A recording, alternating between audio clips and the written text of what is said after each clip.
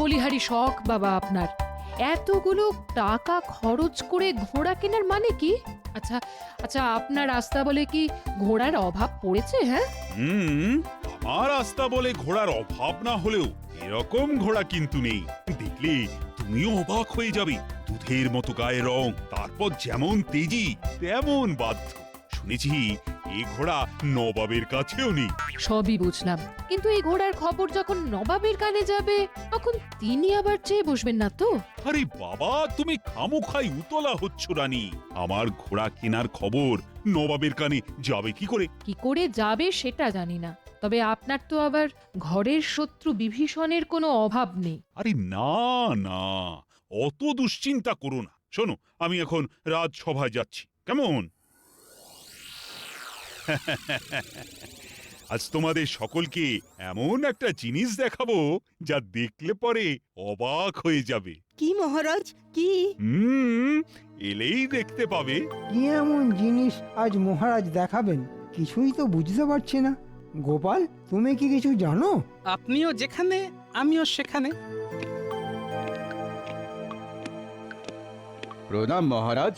এসে গেছো? বাহ বাহ বাহ বাহ বাহ। তা পথে কোনো অসুবিধে হয়নি তো? না মহারাজ, কোনো অসুবিধে হয়নি।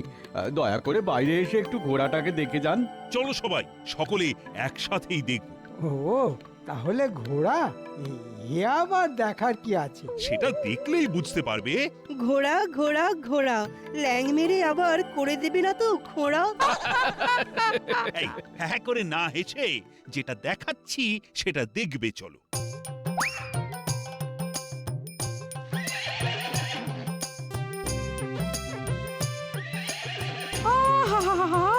কি শীত শুভ্র গাত্রবরণ!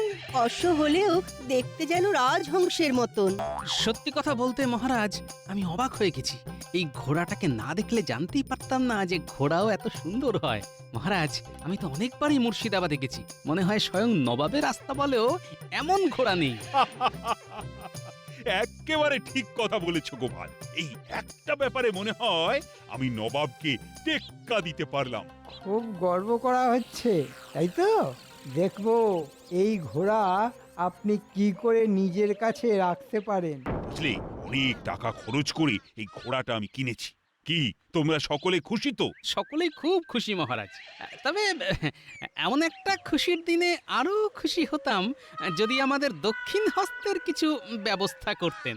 ছোটয় নাতায় গোপালের শুধু খাওয়ার চিন্তা। কি করব মহারাজ, ওই খেয়ে খেয়েই তো আমার মধ্যপ্রদেশের এই অবস্থা হয়েছে মহারাজ।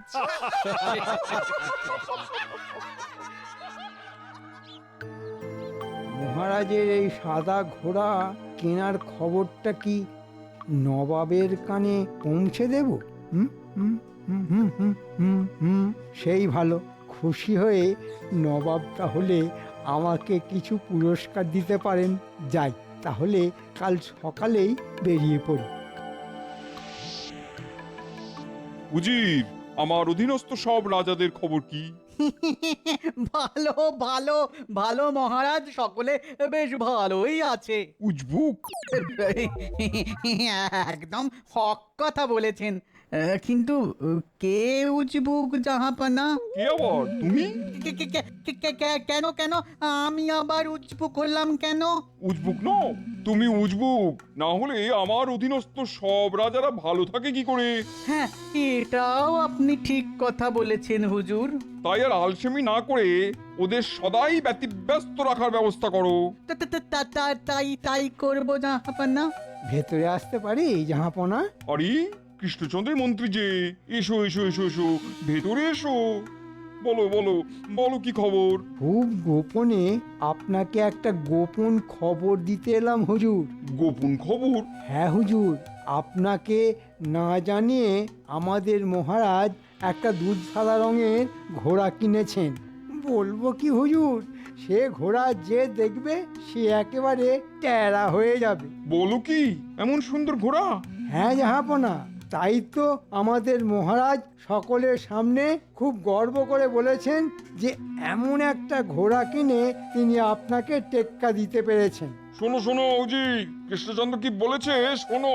সত্যি কি আস্পর্ধা হুজুর, সামান্য একটা রাজ্যের রাজা হয়ে সে তামাম বাংলার নবাবকে টেক্কা দিতে চায়, হ্যাঁ? উজির, ওই ঘোড়াটা আমি চাই। নবাব মনে হয় বেশ তেতে গেছে, ওকে আরও তাতিয়ে দিতে হবে। চাইলেই কি আর আমাদের মহারাজ ঘোড়াটা দিতে রাজি হবে? খামোশ! না দিলে আমি কেড়ে নেব।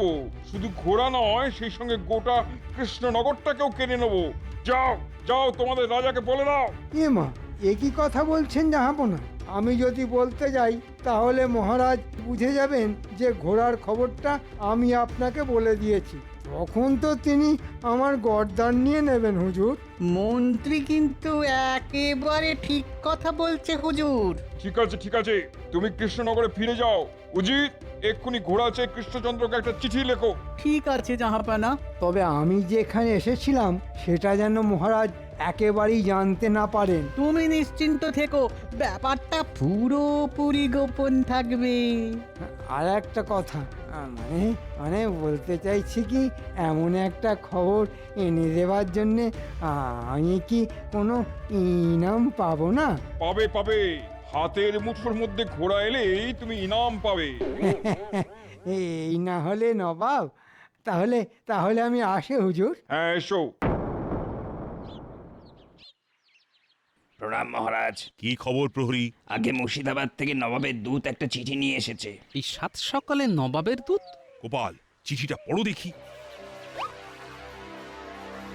কৃষ্ণচন্দ্র, শুনলাম আমাকে না জানিয়ে শুধু আমাকে টেক্কা দেবার জন্যে তুমি নাকি একটা খুব সুন্দর সাদা ঘোড়া কিনেছো। সর্বনাশ! ঘোড়া কিনতে না কিনতেই সেই খবর নবাবের কানে পৌঁছে গেল কি করে? তোমার এই সাদা ঘোড়াটা কিন্তু আমার চাই, না দিলে আমি তোমার রাজ্য কেড়ে নেব। কথাটা মনে রেখো। এখন কি করবে সেটা আমার দূতের হাতে পত্র মারফত জানিয়ে দিও। ব্যাস, হয়ে গেল। হায় হায় হায়, আমার অমন সাধের ঘোড়া এবার হাতছাড়া হয়ে গেল। এমন ব্যবস্থা করে দেব না যে ওই ঘোড়া নিয়ে নবাব বাহাদুর কেঁদে আর কুল পাবেন না। এই, তুমি কি করতে চাইছো বলো তো? তেমন কিছু না, শুধু ওই লোভী নবাবকে একটু ভালো রকমের শিক্ষা দিতে চাইছি। কিন্তু কি করে? একটু ভাবতে দিন মহারাজ, সময় এলেই সেটা বলবো। আপনি শুধু এখন পত্র মারফত জানিয়ে দিন যে আপনি ঘোড়া দিতে রাজি। তবে ঘোড়াটা এখন একটু অসুস্থ, তাই ওকে সুস্থ করে 15 দিনের মধ্যে মুর্শিদাবাদ পাঠিয়ে দেবেন। চলুন মহারাজ, তাড়াতাড়ি চিঠি লিখে দূতের হাতে দিয়ে দিন। কি জানি বাবা, তুমি যে কি করতে চাইছো। জাহাপানা, মহারাজ কৃষ্ণচন্দ্র এই পত্রটা পাঠিয়েছেন। ঠিক আছে, তুমি যাও। উজির, পত্র পড়ো। নবাব বাহাদুর, আমি ঘোড়া দিতে রাজি, কিন্তু অনেক দূর থেকে এসেছে তো, তাই পথের ধকলে ঘোড়াটা একটু অসুস্থ হয়ে পড়েছে। তাই ওকে সুস্থ করে 15 দিনের মধ্যেই আমি মুর্শিদাবাদ পাঠিয়ে দেব। আহা, কি মজা! ওই সুন্দর সাদা ঘোড়াটা 15 দিন পরেই আমার হয়ে যাবে। কি আনন্দ! এই কৃষ্ণচন্দ্র তাহলে এক কথাতেই রাজি হয়ে গেল। হবে না মানে? না হলে তো রাজ্যই চলে যাবে।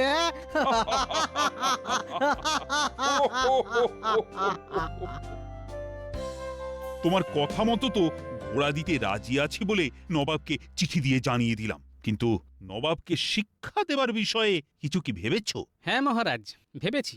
তবে সব ব্যাপারটা কিন্তু খুব গোপনে করতে হবে। কেন গোপনে কেন? কারণ আপনার তো আর ঘর শত্রু বিভীষণের কোনো অভাব নেই। ঠিকই বলেছ, না হলে আমার ঘোড়া কেনার খবরটা এত তাড়াতাড়ি নবাবের কানে পৌঁছে গেল কি করে? তোমার রানীমাও কিন্তু আমাকে আগেই এই কথা বলেছিল। এবার তাহলে আমার পরিকল্পনার কথাটা শুনুন।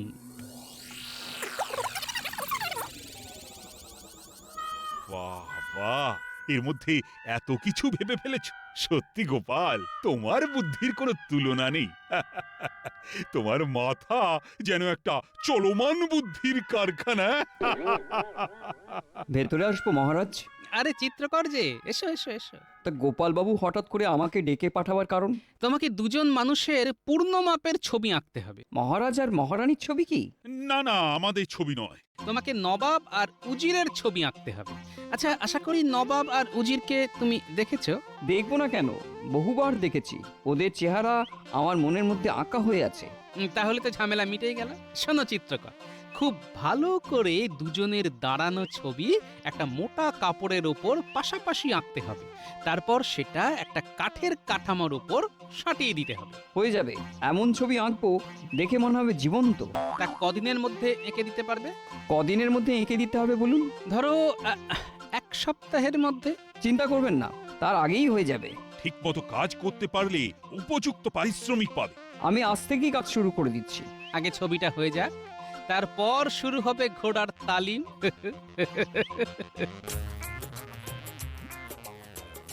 ওদিকে যে কি হলো কিচ্ছু তো বুঝতে পারছি না।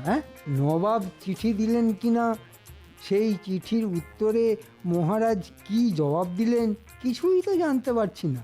এদিকে মহারাজ তো দেখছি দিব্যি আছেন, খাচ্ছেন দাচ্ছেন, হাসি মুখে রাজসভায় আসছেন, কিন্তু ঘোড়ার ব্যাপারে তো কিচ্ছু বলছেন না। কি বলছেন কি আপনি? গোপাল কিনা মাথা খাটিয়ে এমন একটা দুষ্টু বুদ্ধি বের করেছে। দুষ্টু বলে দুষ্টু, যাকে বলে একেবারে রাম দুষ্টু। সাধে কি আর ওকে বলি চলমান বুদ্ধির কারখানা। তবে গোপালের এই বুদ্ধি যদি কাজে লাগে তাহলে নবাব আর উজিরের যে কি দশা হবে সেটা মনের মধ্যে কল্পনা করেই আমার হাসি পাচ্ছে। হাসি থামাও রানী, কেউ যেন আসছে। ভেতরে আসবো মহারাজ? হ্যাঁ হ্যাঁ, এসো এসো এসো, বলো কি ব্যাপার? না মানে ব্যাপার কিছুই নয়, রাজবাড়ির সামনে দিয়ে যাচ্ছিলাম, ভাবলাম একবার আপনার সঙ্গে দেখা করে যাই। ভালোই করেছো রানী, মন্ত্রীর জন্য ঠান্ডা শরবতের ব্যবস্থা করো। মহারাজ, আপনার মুখটা কেমন যেন শুকনো শুকনো দেখাচ্ছে, কিছু কি হয়েছে? কই তেমন কিছু তো হয়নি। তেমন কিছু হয়ে থাকলে আমাকে জানাতে পারেন। অযথা উতলা হয়েও না মন্ত্রী, কিচ্ছু হয়নি। এবার সরাসরি ঘোড়ায় আসতে হবে। আচ্ছা, আপনার নতুন কেনা ঘোড়াটা কেমন আছে? ভালোই আছে। ওটার ওপর আপনাকে তো চড়তে দেখছি না। চড়বো চড়বো, সময় এলেই চড়বো। সময় এলেই ঘোড়ায় চড়বেন? তাহলে কি মহারাজের কাছে এখনো নবাবের চিঠি এসে পৌঁছয়নি? নাও মন্ত্রী, ঠান্ডা শরবত খাও। ঘোড়ার খবরের বদলে ঠান্ডা শরবত? হ্যাঁ হ্যাঁ হ্যাঁ হ্যাঁ, খাচ্ছি খাচ্ছি। আচ্ছা মন্ত্রী, অনেকদিন ধরেই তো তুমি শ্বশুর বাড়ি যাবার জন্য ছুটি চাইছিলে। হ্যাঁ, তা তো চাইছিলাম, কিন্তু যা কাজের চাপ। এখন তো তেমন কাজের চাপও দেখছি না। যাও না, এই ফাঁকে কয়েকদিনের জন্য শ্বশুর বাড়ি থেকে ঘুরে এসো। যাব? যাবে বই কি, আজই যাবে।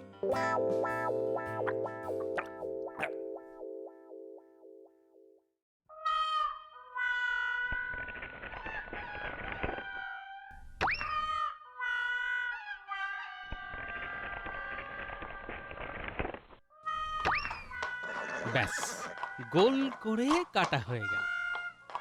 এসে গেছেন মহারাজ, এবার তাহলে শুরু করি। আমি ছবির পেছনে গিয়ে লুকোচ্ছি, আপনি ঘোড়াটাকে ছবিটার কাছে নিয়ে আসুন।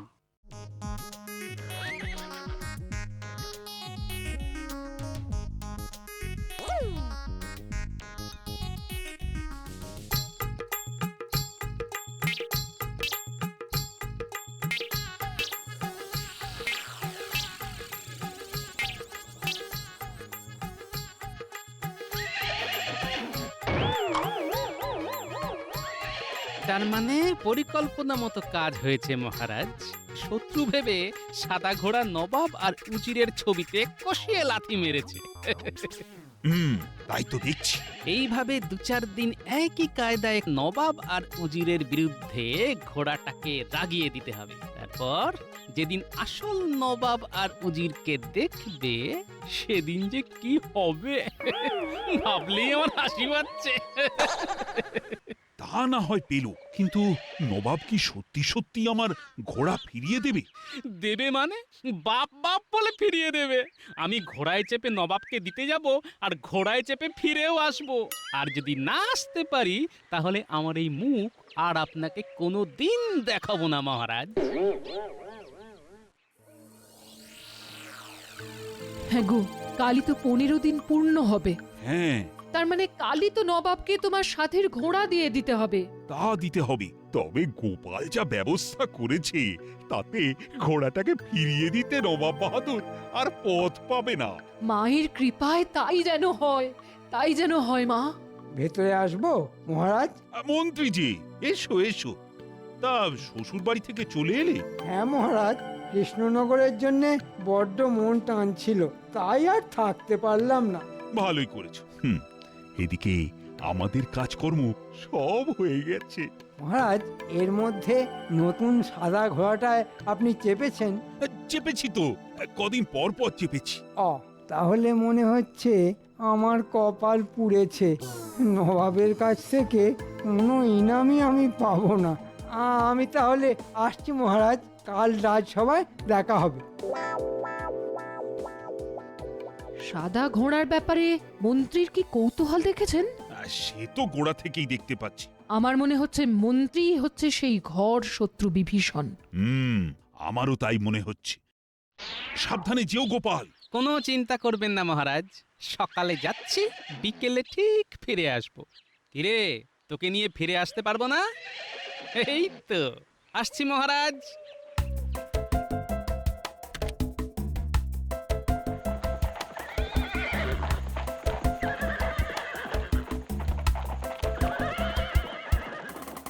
মহারাজের প্রিয় সাদা ঘোড়া নিয়ে কোথায় চললে গোপাল? নবাবের কাছে। কেন? নবাব বাহাদুরকে ঘোড়াটা দিয়ে আসতে। কেন কেন? নবাবকে ঘোড়া দেবে কেন? সে অনেক কথা, ফিরে এসে বলবো। আমি এখন চললাম। বাবা বাবা বাবা, আমার কপাল তাহলে পড়েনি। যাব, আজই মুর্শিদাবাদ গিয়ে নবাবের কাছ থেকে ইনাম নিয়ে আসবো। হ্যাঁ, গোপাল যাচ্ছে ঘোড়া নিয়ে, আমি পাবো ইনাম। হ্যাঁ, আহা আহা, আমার কি কপাল! উজির, আজই তো 15 দিন পূর্ণ হচ্ছে, হ্যাঁ জাহাপানা, হিসেব তো তাই বলছে। কিন্তু কৃষ্ণচন্দ্র তো এখনো ঘোড়া পাঠালো না। সালাম আলাইকুম জাহাপানা। আরে গোপাল চন্দ্র যে, হ্যাঁ তা একলা এসেছো নাকি ঘোড়াটাকেও সঙ্গে করে এনেছো? এনেছি উজির সাহেব। এনেছো? হ্যাঁ জাহাপানা, আমাদের মহারাজ কখনো কথার খেলাপ করেন না। তা কোথায় রেখেছো ঘোড়াটাকে? আগে আপনার প্রাসাদের সামনের মাঠে। চলো উজির, ঘোড়াকে দেখে আসি। চলুন হুজুর, আমিও সাথে যাই।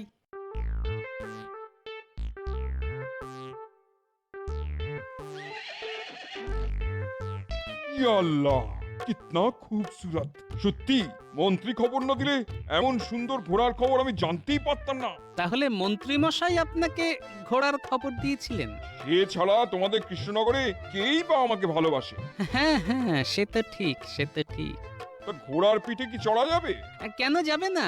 প্রথমে ওর কাছে যান, গলায় হাত বুলিয়ে ভাব করুন, তারপর টক করে পিঠে উঠে পড়ুন। চলো উজির, ঘোড়াটার কাছে যাই। যাও যাও, কাছে যাও না, তারপর বুঝবে ঠেলা।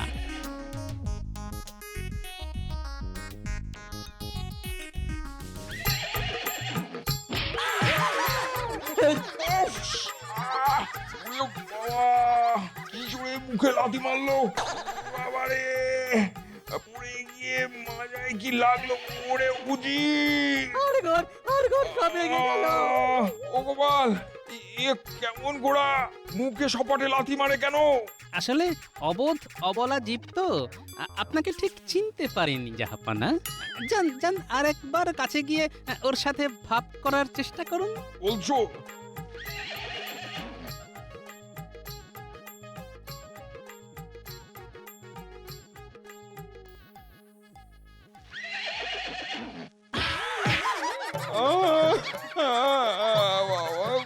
খুনি ঘোড়া, পুরো খুনি। একে আমার চাই না। উড়ি বাবা রে বাবা! না না না, চাই না চাই না, একে আমাদের চাই না। তাহলে একে নিয়ে আমি কি করব? সেসব আমি জানি না। এই বজ্জাত খুনি ঘোড়াটাকে নিয়ে এক্ষুনি এক্ষুনি আমার চোখের সামনে থেকে দূর হও। ওরে বাবা, আর তাহলে সব একেবারে চলি জাহাপনা। চূর্ণ করে দিয়েছে রে বাবা।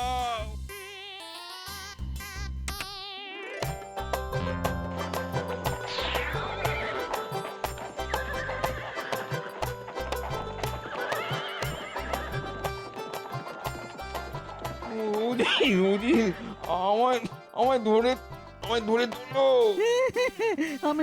আমি যে নিজেই উঠে দাঁড়াতে পারছি না। জাহাপনা আমার ইনাম? ইনাম, তোমার ইনাম। এই কে আছিস? আদেশ করুন জাহাপানা। এই হাড় বজ্জাতটাকে ভালো করে দড়ি দিয়ে বেঁধে আচ্ছা করে মুগুর পেটা করে হাড় গোড় সব ভেঙে দিবি। এটাই হবে ওর ইনাম। ও ও নবাব বাহাদুর, দয়া করে আমাকে মারবেন না। আমি কি দোষ করেছি? আমি কি দোষ করেছি?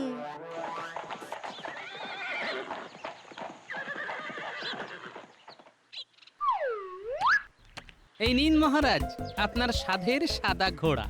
নবাব দিয়ে দিলেন? শুধু দিয়ে দিলেন নয়, দিয়ে দিয়ে হাঁপ ছেড়ে বাঁচলেন। জোড়া পায়ে দুজনকে এমন লাথি মেরেছে যে কি বলবো মহারাজ। সত্যি গোপাল, এই জন্যই বলে তুমি একটা বুদ্ধির কারখানা। এ কি মন্ত্রী, তোমার এ অবস্থা কে করলো? নবাব বেটা আমাকে ইনাম দিয়েছে মহারাজ, দিয়েছে। সাদা ঘোড়ার খবর পাচার করার জন্য, তাই তো? হ্যাঁ, দিয়েছে।